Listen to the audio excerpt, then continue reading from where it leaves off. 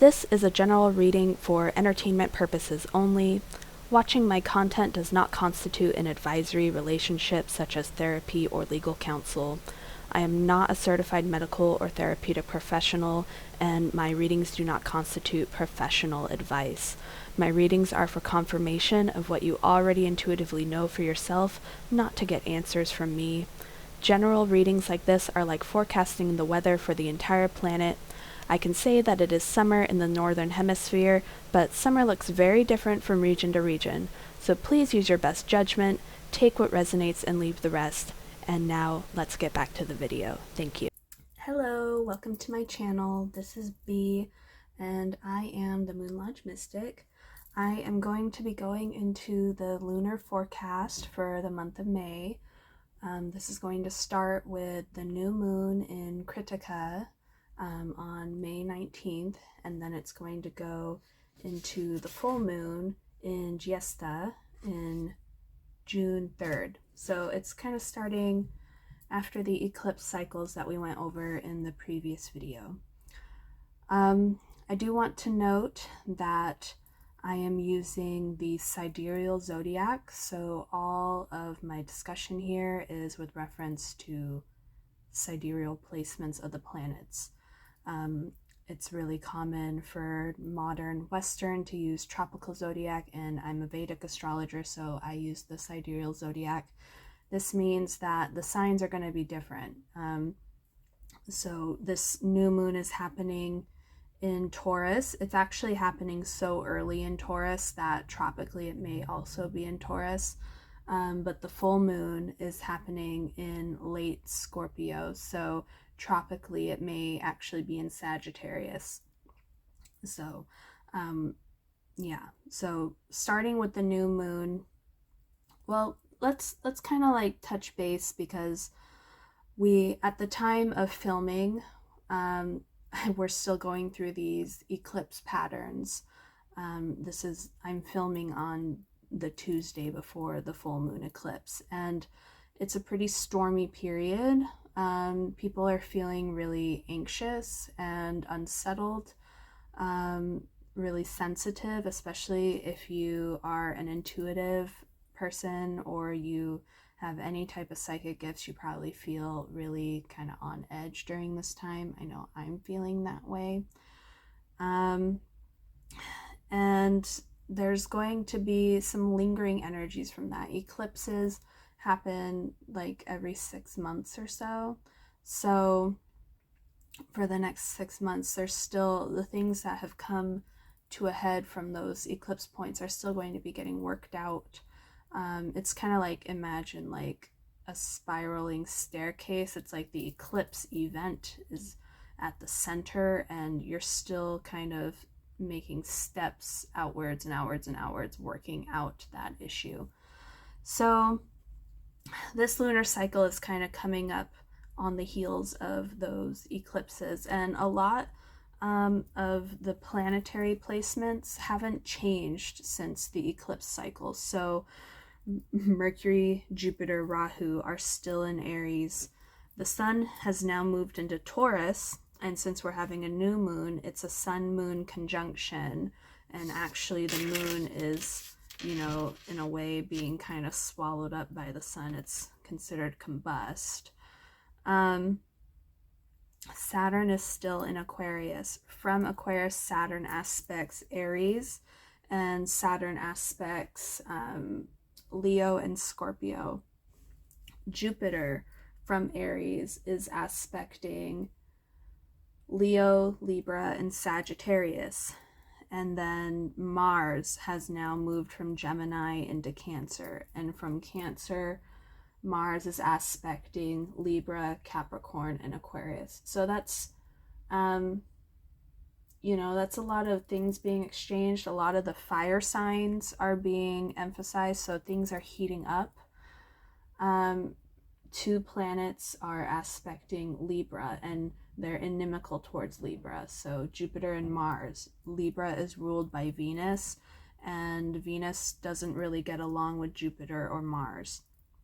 And those 2 planets are putting pressure on Libra. So that's kind of bringing some some relationships, kind of issues are getting kind of mixed up and stirred up. And they were already that way because we have K2 in Libra, this K2 Rahu thing going on in the Aries Libra axis. So many planets emphasized in Aries right now, puts a lot of focus on the self and our self-interests. And Aries is a war zone. Mars is a warrior and, very military, militant. So a lot of, warlike energy is being emphasized here.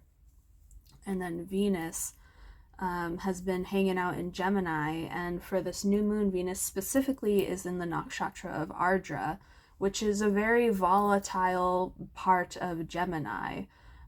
This is where the storm is, and Rahu's influence creates storminess. So it's kind of,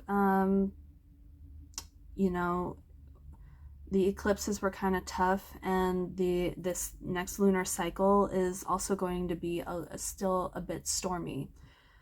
There are some other things that are going on. Mercury was retrograde, and now Mercury is now direct.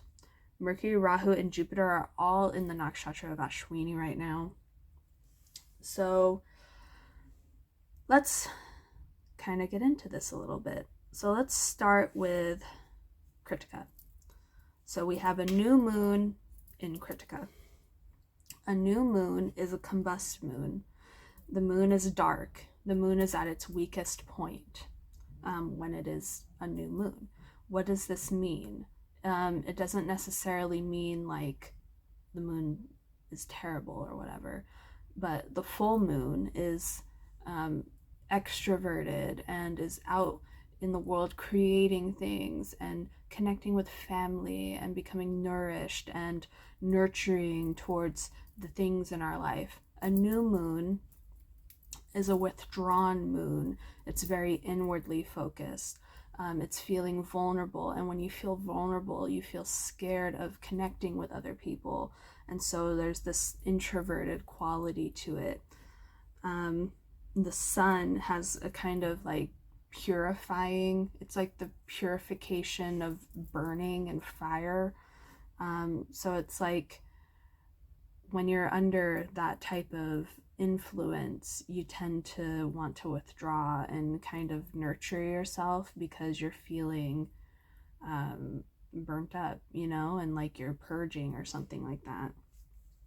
However, the moon is exalted in Taurus, and specifically in the nakshatra of Krittika, the moon is exalted at the 3rd degree of Taurus. This new moon is happening in the 4 degrees, 20 minutes.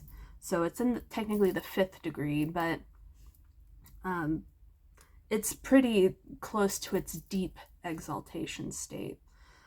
That's really helpful for the moon. So what does that mean, given that the new moon is a dark moon and a withdrawn moon?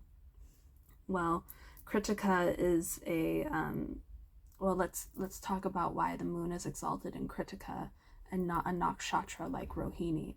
We know from the myth of the nakshatras that Rohini in Taurus is the most favored wife of the moon, and he spends all of his time there.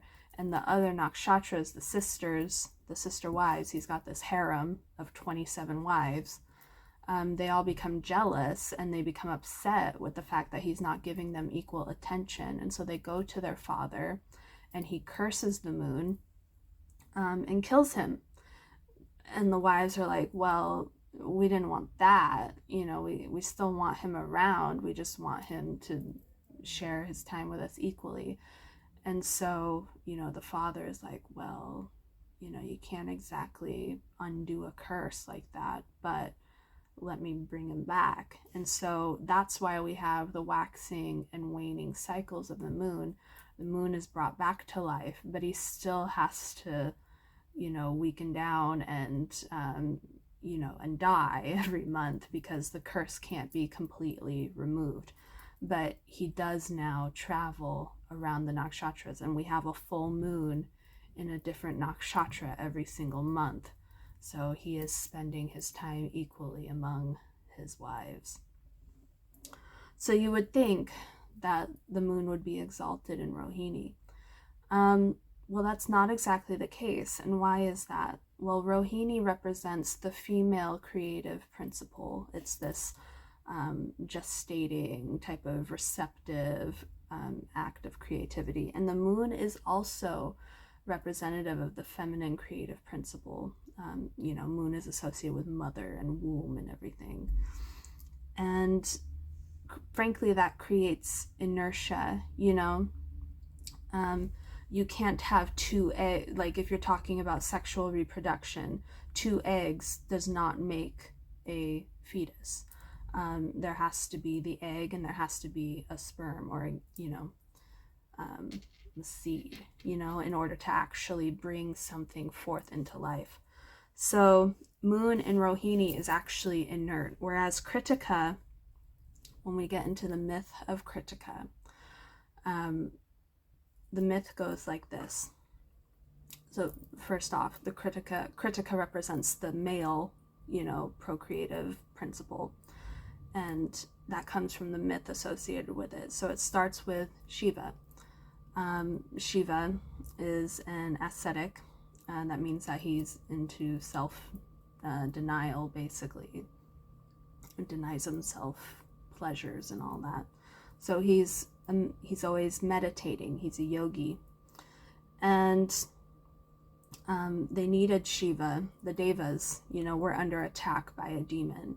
And they needed Shiva to bring forth some progeny to create a new god that could defeat this demon. And so they were trying to entice Shiva out of his meditation and into lustful nature so that he would procreate with Parvati and bring forth a new god. And that wasn't working. At some point they do get him excited and he spills his seed, but it doesn't go to Parvati. It actually goes into this lake, and there's these 7 wives, which are the Pleiades, the 7 stars in the constellation, or in the asterism of Krittika is the Pleiades. These 7 wives of the 7 great rishis, they took Shiva's seed and they tried to bear it, but it was too hot for either one of them to carry to full term. So they shared it among the 7 of them.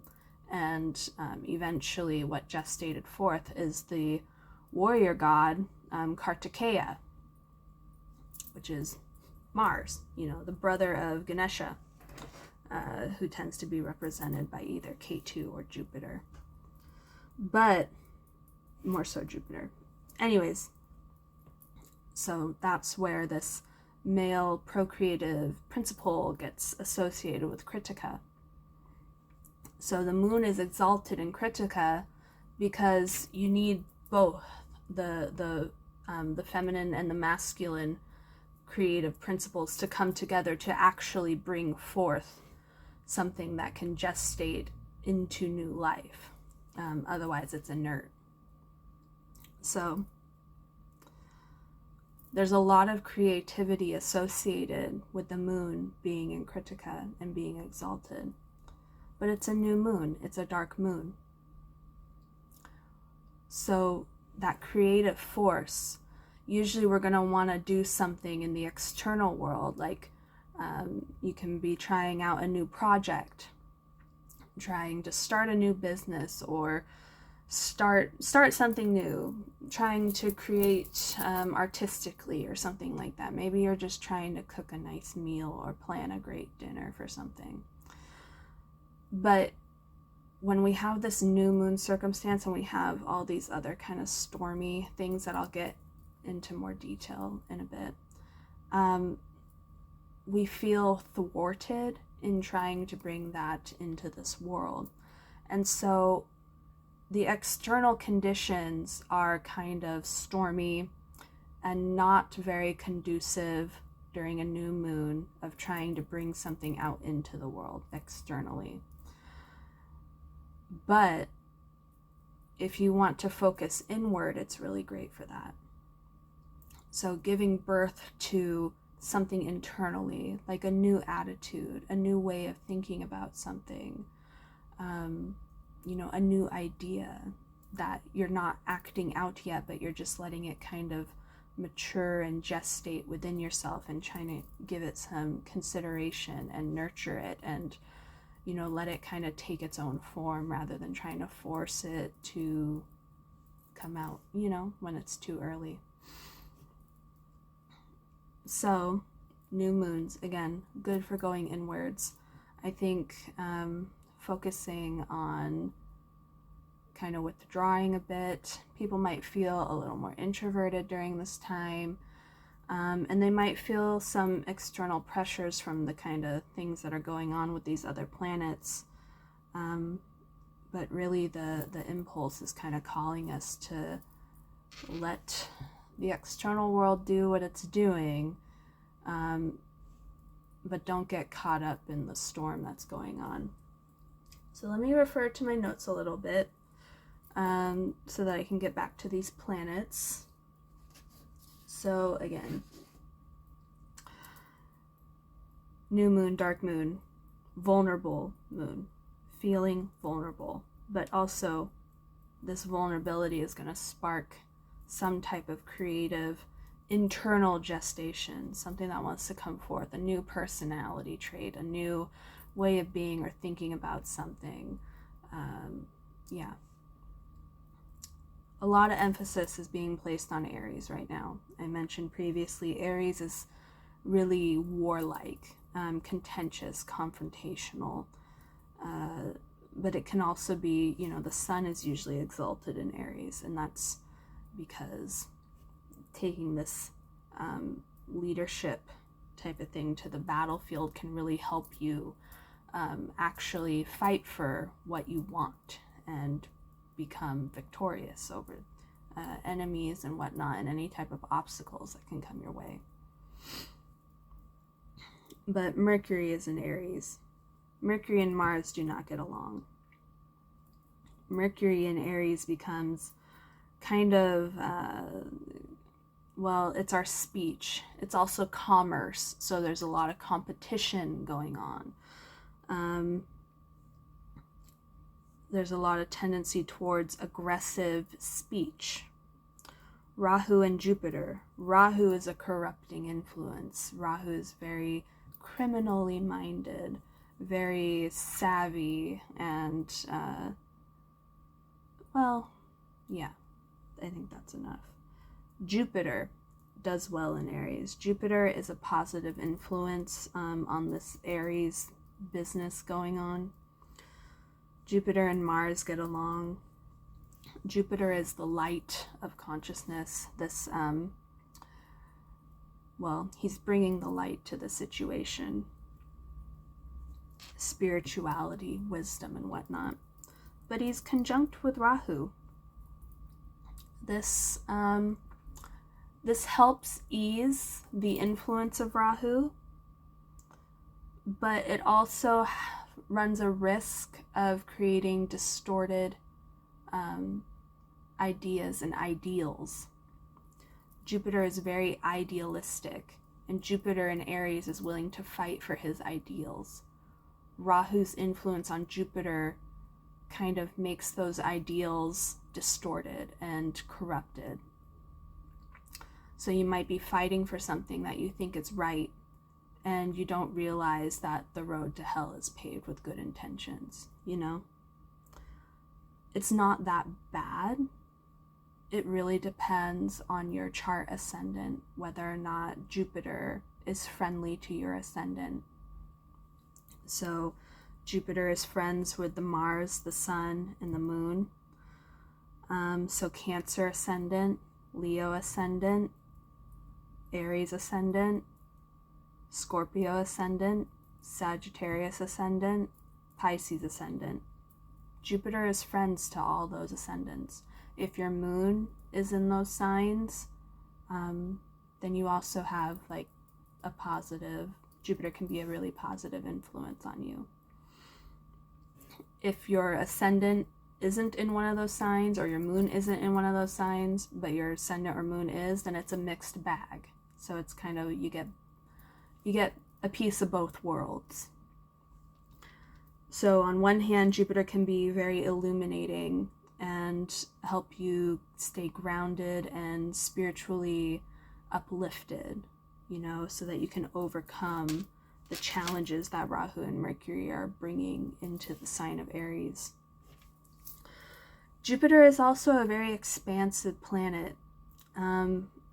Jupiter influencing over Rahu and Mercury, this can create inflation. Mercury represents the economy and commerce and whatnot, so you kind of see this inflationary aspect happening financially.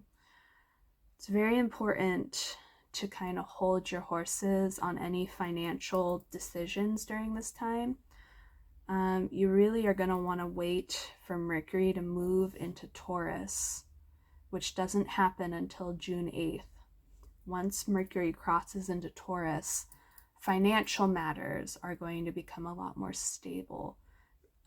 Ever since Mercury entered Aries and became influenced by Rahu, and we also have Saturn aspecting Aries. Now, Saturn and Mercury are friends, but Saturn has a very serious, risk-averse type of tone to him. And even though he's well placed in Aquarius, and Saturn's aspect to Aries from Aquarius is going to bring power struggles, a tendency to want to push back on tyranny and stuff like that. But Saturn also makes Mercury and Rahu, to an extent as well, kind of fearful and more serious. So people are feeling kind of unsure right now about what kind of decisions they should be making, because Mercury is the discerning intellect. It's your ability to evaluate and analyze a situation. Rahu makes things seem really uncertain because Rahu is a shadow planet. You're not getting the full light on the situation. Things are like, I think it could go this way or it could go that way. There's an element of uncertainty, and and Rahu and Jupiter together makes really sudden ups and downs. So it's like a hot air balloon that keeps inflating and inflating and getting higher and higher, and eventually something's going to make it pop and fall down. So that's a caution, That's why I'm saying wait until Mercury moves into Taurus before making any major commitments, especially financial decisions.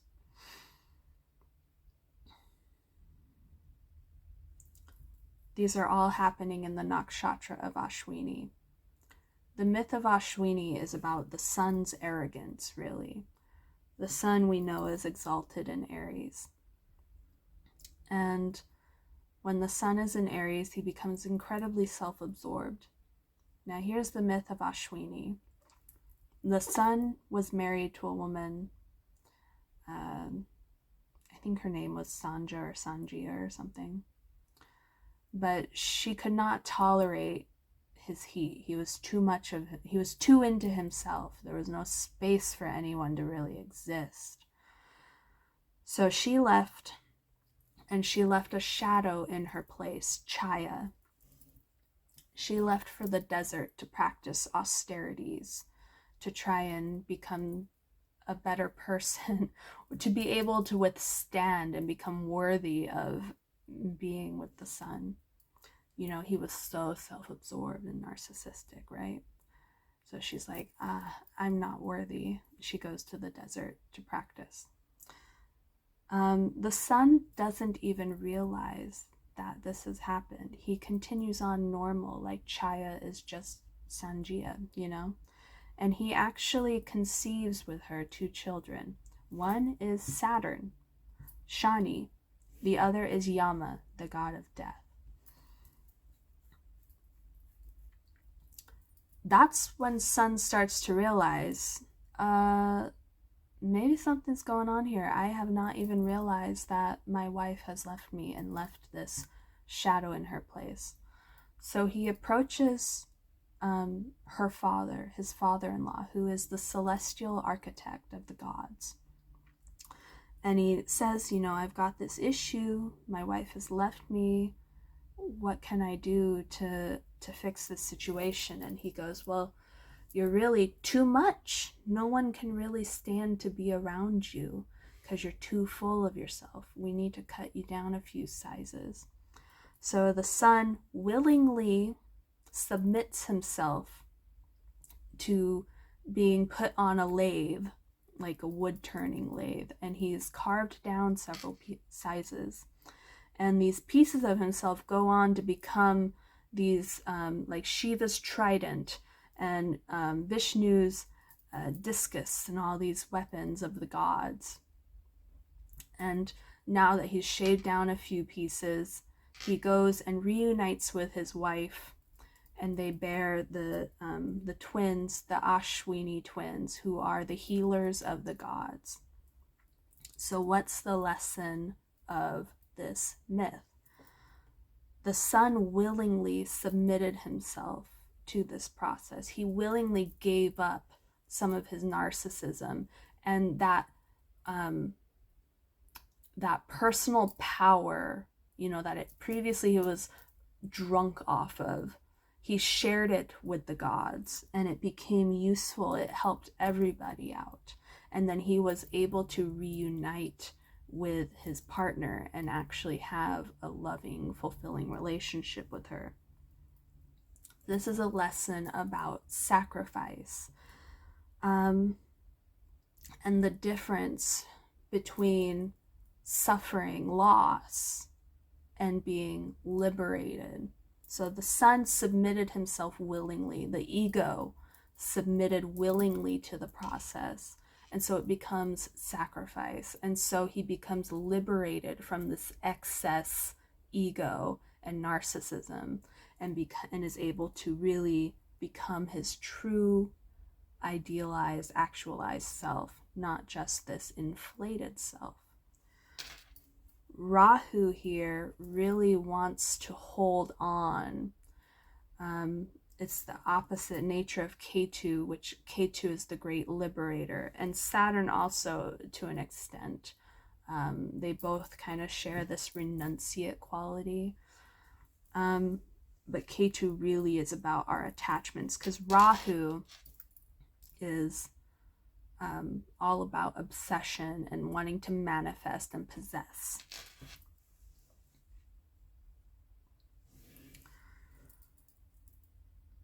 So while we have all this emphasis going on in Aries and with the pressure from Saturn and this new moon and, the pressure going on to Libra and Ketu, and then of course Mars has gone debilitated in Cancer, and I'll put some emphasis on that in a bit, but Mars is the ruler of Aries, so the dispositor of Aries is now debilitated. This is really about surrender. There's a real fear of letting go of what it is we have gotten hooked into, our desires have been hooked into. And it's creating disruption in our ability to relate to the people in our life. And the ability to really act in our highest, good, our good nature, because in Aries we are selfish, and sometimes it's good to be selfish, don't get me wrong, but when Mars is debilitated like this, it becomes this source of fear and anxiety and not wanting to let go of something that is ready to leave.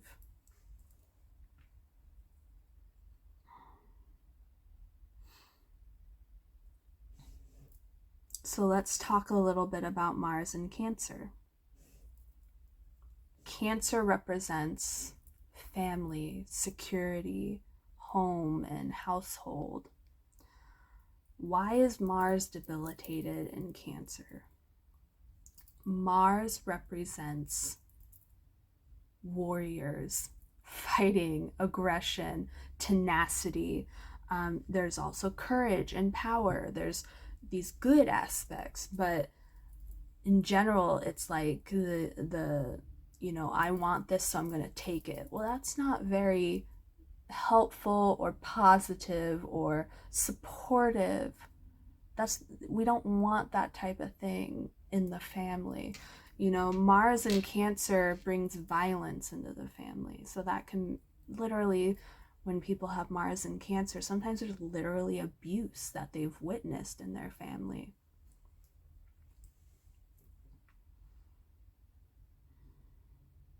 But it's a little different. Well, it'll be a little different later on during the full moon in Scorpio, because then it'll turn into a Parivartan Yoga. But right now we're still talking about the new moon. Mars in Cancer is not a great combination. It's just, Mars wants to feel really powerful and dominating. Well, when you mix that in with a family, you call that abuse.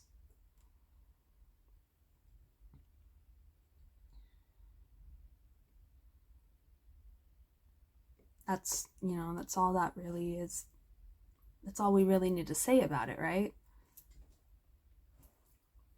So people are feeling vulnerable. They're feeling like their sense of power is under attack, or like they have to give to the people around them, and there's a vulnerability associated with that.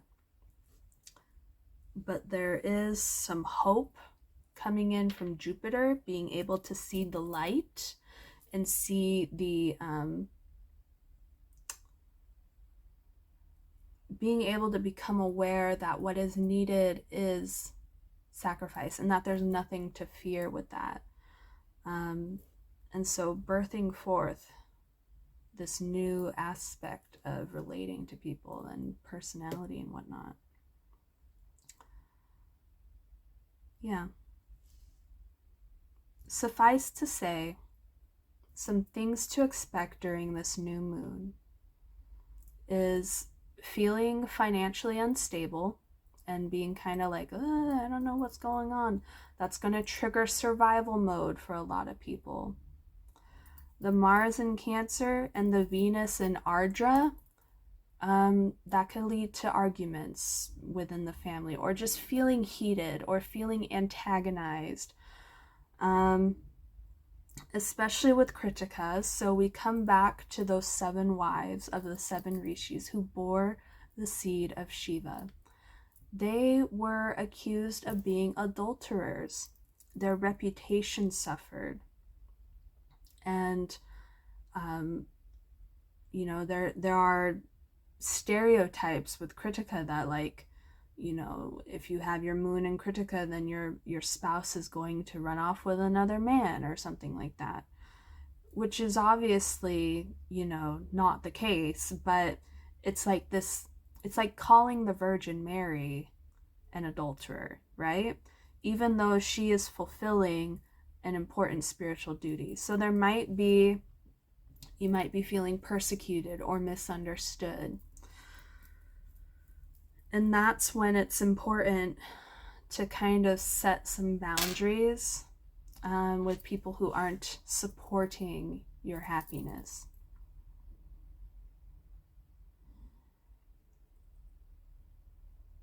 Let me refer back to my notes again.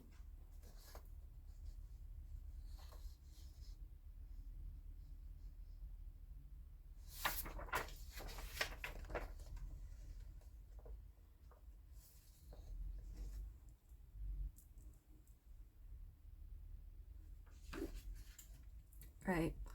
So there's a tendency towards reactivity. And frankly, that's just kind of the case when we have a vulnerable Mars, a vulnerable moon, and a lot of heat going on in Aries. Whenever Aries is really emphasized like this, like it's just stirring the pot, right? When the planet that represents power and courage and whatnot is debilitated, people struggle to feel powerful. When people struggle to feel powerful, they tend to perceive other people as threatening their power. And so they lash out, they become reactive. Venus in Ardra is going to give you the what for. Ardra is this very stormy nakshatra, very explosive anger. It's ruled by Rudra, which is the destructive form of Shiva, and he's very fearsome and scary, you know. Venus and Ardra is going to be wanting to have discussions and talking about, you know, what's going wrong and everything. And the thing is that this really comes back to how we project onto other people. The new moon is asking us to go inward, but the tendency is to go outward and to focus on other people.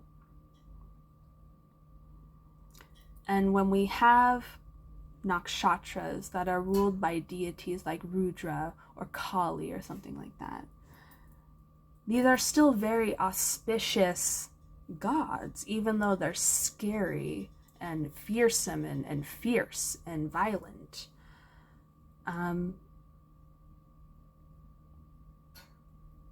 You're supposed to utilize that to vanquish your own inner demons. And it's accessible to you in that way. But we tend to project outwards and think that our demons are the people that we feel are antagonizing us. And Rahu and this Ketu stuff kind of supports that as well. Or I guess kind of lends to that. Makes us more susceptible to those types of projections. So, what is this cycle good for? What is this new moon good for if all these contentious things are coming up?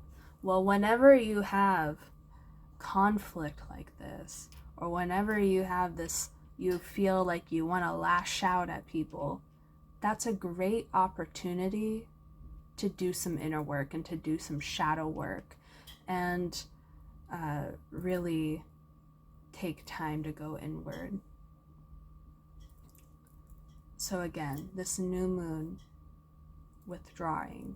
It's a withdrawn moon. It's a vulnerable moon.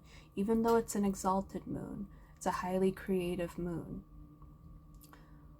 What that means is that there's a really great potential for taking all of this stuff and really kind of connecting to what is it that I need to heal, right?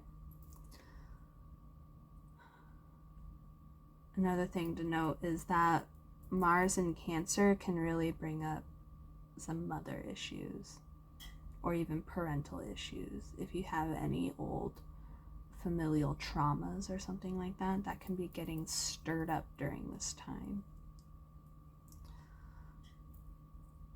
I say that wraps up the new moon, so I'm going to pause real quick to rearrange the cards so that we can look at the full moon. This full moon is going to be happening in Scorpio, so I'll see you in a second.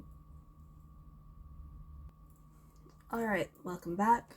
Now we're going to be talking about the full moon in Scorpio in Jyestha. This is happening on June 3rd. So, the sun is still in Taurus. The sun is in Rohini, the nakshatra that we had talked about before. Mercury, Rahu, Jupiter, still in Aries. Venus has now moved into Cancer and has joined Mars. They're in the same nakshatra of Pushya. Saturn still in Aquarius, Ketu still in Libra, not much has changed. The full moon is happening in Scorpio. Well, we talked about before how a new moon is not a strong moon, a vulnerable moon, although exalted in Taurus helps a lot. But now the moon is full, so the moon is strong, so emotions are being felt strongly, but now it's in Scorpio, the sign of the moon's debilitation. Why is the moon debilitated in Scorpio? Scorpio is where we keep all of our deepest fears, anxieties, vulnerabilities, very deep, strong, almost overwhelming, dark emotions. Not always dark. Sometimes there's deep passion, such as in the nakshatra of Anuradha, which is all about deep devotion and friendship. But it's very strong emotions. And the moon struggles with feeling so strongly. Like, even if you feel ecstasy, that can feel overwhelming and scary. The moon prefers a more stable environment like Taurus, a fixed earth sign where we're able to feel our emotions, but we feel safe. And so because we feel safe, we can actually create and in Scorpio, we feel scared and vulnerable and kind of like on edge. Even if we're feeling really strong, ecstatic, passionate feelings, it's a little overwhelming for the moon. The moon entered Scorpio a couple days before the full moon, so we're coming to the end of Scorpio when we're in the nakshatra Jyestha. So this is like the moon's second or third day. The third day in Scorpio. The moon spends about 2.5 days in a sign. When the moon entered Scorpio, that formed a Parivartan yoga between Mars and moon. It's a short-lived one. It's only for a couple days. But for those couple days, when the moon and Mars are in a Parivartan yoga, what this means is that both planets act with the strength and dignity as if they were in their own sign. So even though Mars is debilitated in Cancer, he becomes strong here. So he no longer struggles to feel powerful, but he's still in Cancer. So what does this mean? Mars becomes a champion for the family. His warrior nature goes to the benefit of the family, to protecting his family. And sometimes that means protecting from actual enemies out there, but sometimes that means protecting your family from your own inner demons. And I think that would especially be the case when we have the moon in Scorpio. Now the moon, when strong in Scorpio, is able to meet those intense, scary feelings with compassion and nurturing. Wow, that's a lot different from the new moon. Even though the moon was exalted, we had a lot of feelings of vulnerability, and a lot of that is still here. But it's becoming accessible to us to use as a tool for self-improvement and self-knowledge. So what I really want to get across to people is that this lunar cycle might feel really scary, especially coming on the heels of the eclipse patterns. But what we really have here is a really great opportunity for shadow work and for healing ourselves, especially with these planets in Ashwini, although Mercury now is in Bharani. Now, before I go deeper into this, I want to talk on Mercury a little bit. Mercury has moved into Bharani, which is a challenging nakshatra. It's about labor pains. Mercury is also conjoining Uranus. Now, we don't usually refer to the outer planets in Vedic astrology unless they are conjunct sensitive points like the ascendant or personal planets.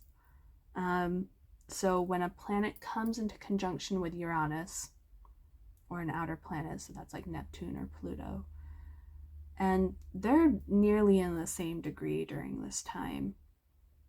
I just wanted to say that there's kind of two ways this can go. With the influence of Rahu and Jupiter on Mercury, and with like this Saturn to an extent, there's this potential for ingenuity and entrepreneurialism and groundbreaking, like interesting ideas, but it's really unstable. It's kind of like a flash of genius, but it's like for a moment, you know? With the influence of Uranus, there can also be huge instability and volatility to our financial markets again. So I'm coming back around to say, like, don't jump the gun with your money during this time. You really do want to wait for Mercury to move into Taurus before you make any like business or financial commitments, or anything risky. Like, don't try and play the stock market right now. It's just kind of not a good time for doing that. It's not a good time for taking on unnecessary debts, things like that. Wait until Mercury moves into Taurus. And then, then you're going to feel Mercury is going to be more stabilized. Mercury, again, is our discerning intellect, our ability to make decisions. In Aries, there's a lot of impulsivity. And with Mars and Venus conjunct, because Mars is the dispositor of Aries, there's a lot of desire and passion and, like, sometimes you really want something in the moment and you don't find out until afterwards that it really was a mistake and it was just a heat of the passion of the moment. That's kind of what's going on here. So try not to get caught up in those things. And again, bring it down to the inner work. Think about, like, why do I need this? Kind of ask yourself questions. Get curious about what the source of your desires are and see, like, is that really necessary? Or is there another way to go about this? Or maybe it's not wrong for me to desire this, but there's still some things that I can do to grow myself and nurture myself so that when I do pursue this thing, I'm safeguarded, from the risks and the pitfalls associated with going at it with this obsessive type of impulsive quality. You want to be well informed. So now we're coming back to discussing the moon in Scorpio. It's in the nakshatra of Jyestha. Jyestha represents the fearsome crone. She is the eldest sister of all of the nakshatras. The ruling deity is Indra, the firstborn of the gods. So this nakshatra is really about that older sibling, the firstborn, and their responsibility to the family and the household and whatnot.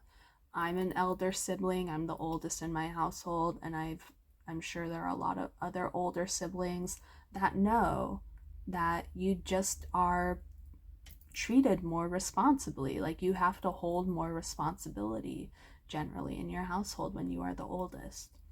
There's just more expected of you, So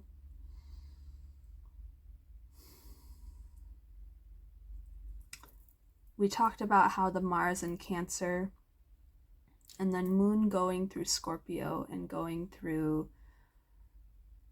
the sign where it feels most vulnerable and has to contend with all these deeper, darker things going on in the psyche. Again, a great opportunity for shadow work. Mother wounds, parental, family of origin wounds probably getting stirred up during this time. I think Venus moving into Cancer is actually going to be kind of helpful. Venus traditionally doesn't belong to the group.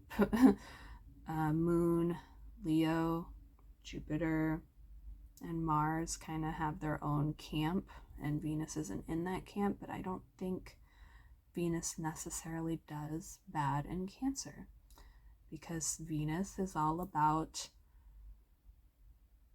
that connectedness, that, sensual joy of being with other people. I think that can be really positive in Cancer.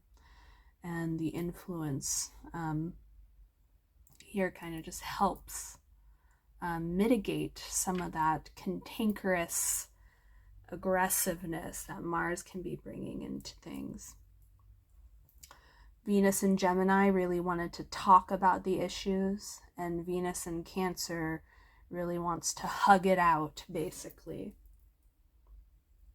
And so I think that's kind of an element that's coming in.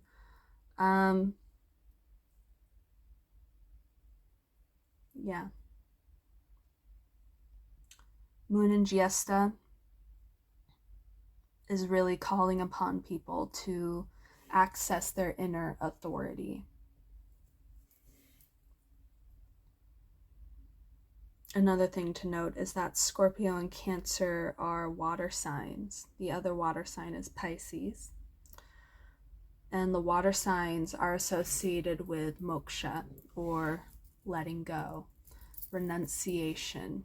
There's these several stations in life.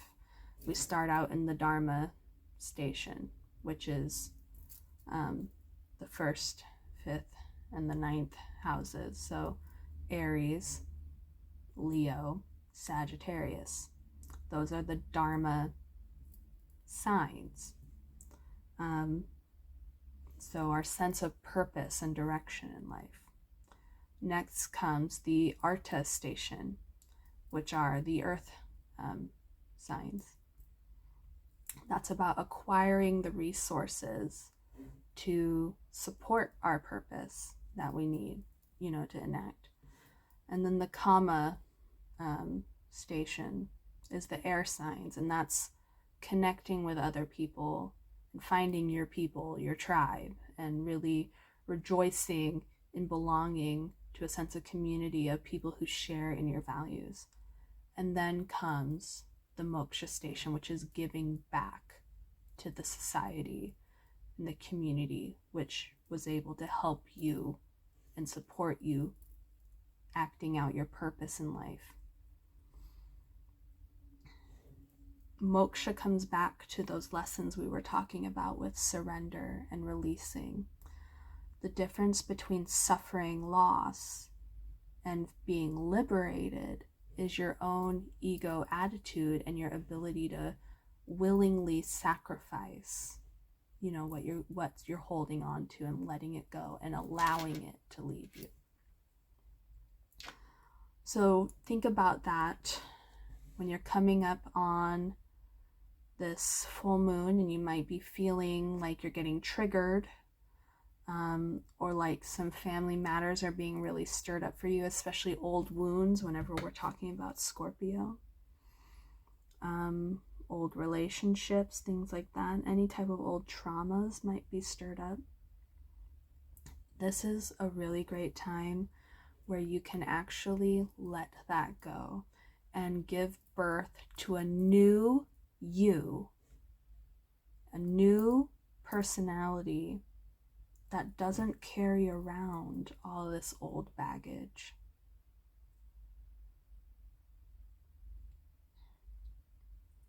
How that manifests, that comes back to your chart ruler again and what houses are all involved in this.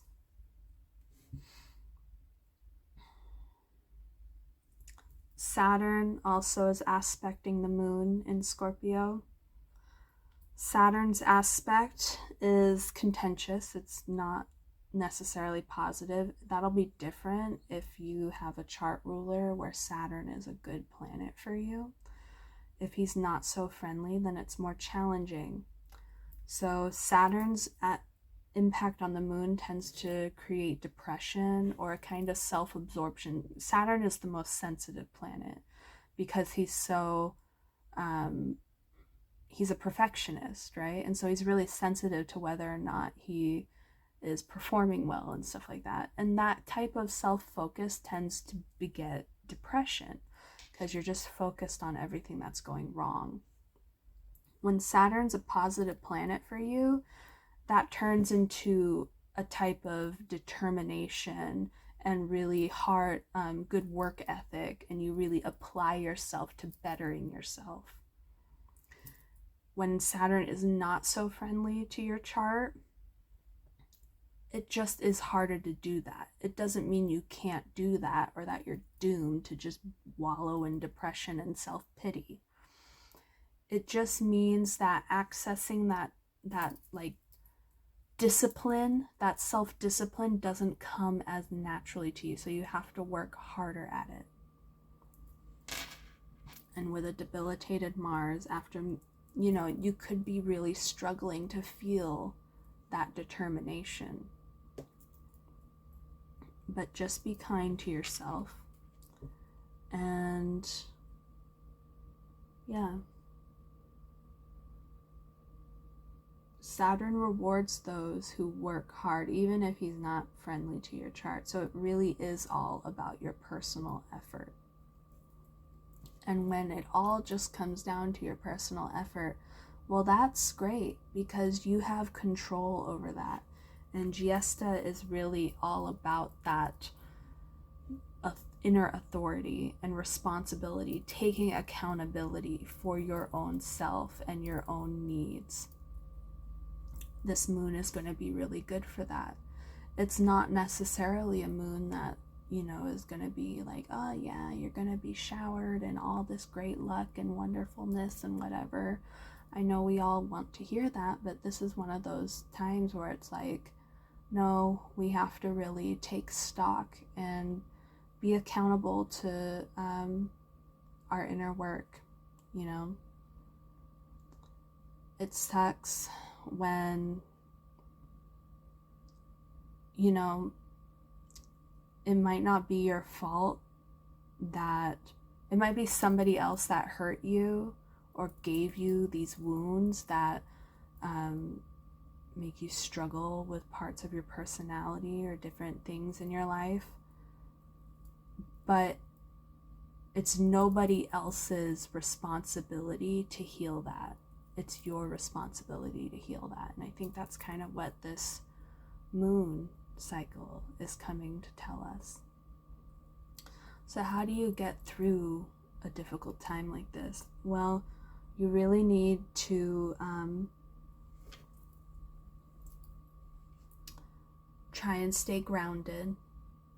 Set boundaries with people. Don't be afraid to say like, hey, I can't meet that day. I really need time to myself that day. Or I'm just not feeling up to socializing.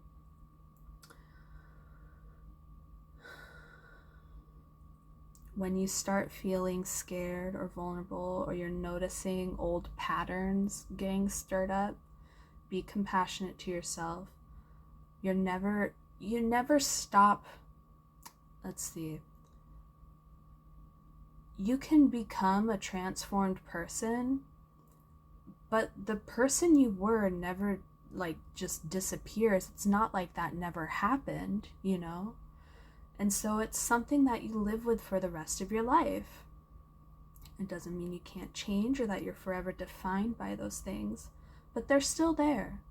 And from time to time, they come up and they need to be reminded that everything is okay, that they're safe. And so you do that internal parenting towards yourself, and you recognize that when you're feeling a tendency to want to lash out or react,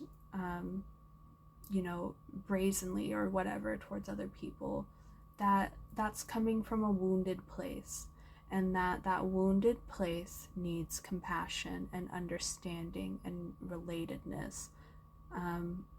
That the fighting and the ego and stuff like that isn't helpful for that.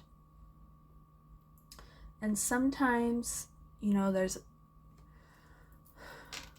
going to be a strong tendency to want to blame other people for how you're feeling. And whenever there's this tendency to want to go and blame, it's a mechanism so that you don't have to feel these deeper feelings. Because, it's that other person's fault. It's not my fault. I had nothing to do. This is being done to me, And then it becomes easier to become angry at someone and want to dominate them or something like that, or punish them. That's a real drawback and a shadow aspect to the nakshatra of Jyestha. But you can choose a different way. Sometimes all you have to say to someone is, hey, I'm feeling really scared right now. Could you just come give me a hug or hold me for a bit? But it's really hard to say that if you are contending with old traumas and stories and things. It's time to make a new story.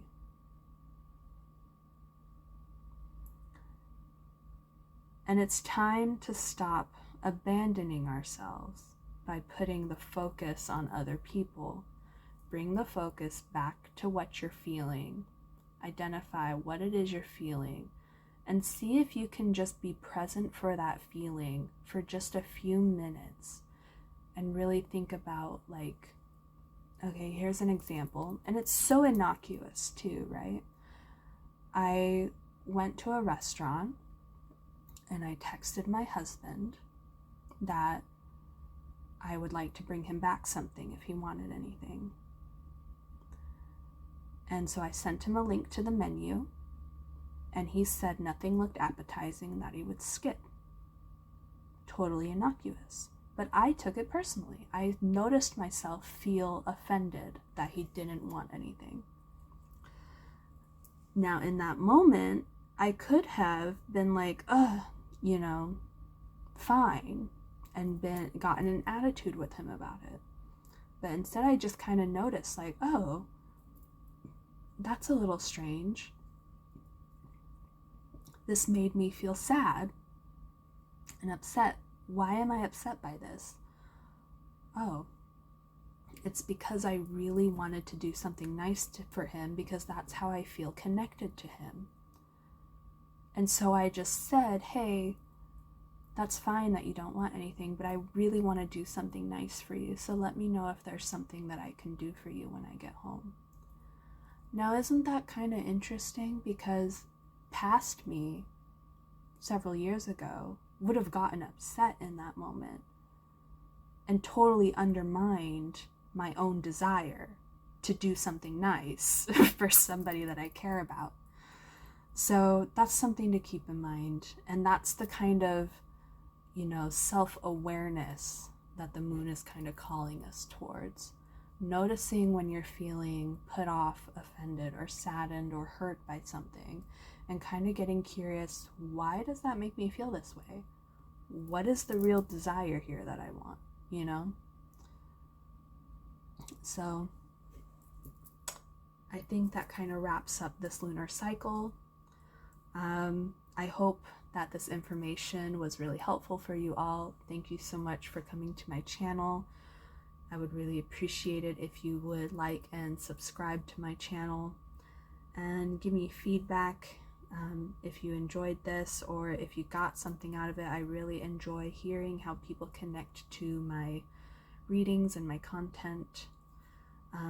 In my description, I will have some links to upcoming fairs that I'm going to be appearing at this month and next month.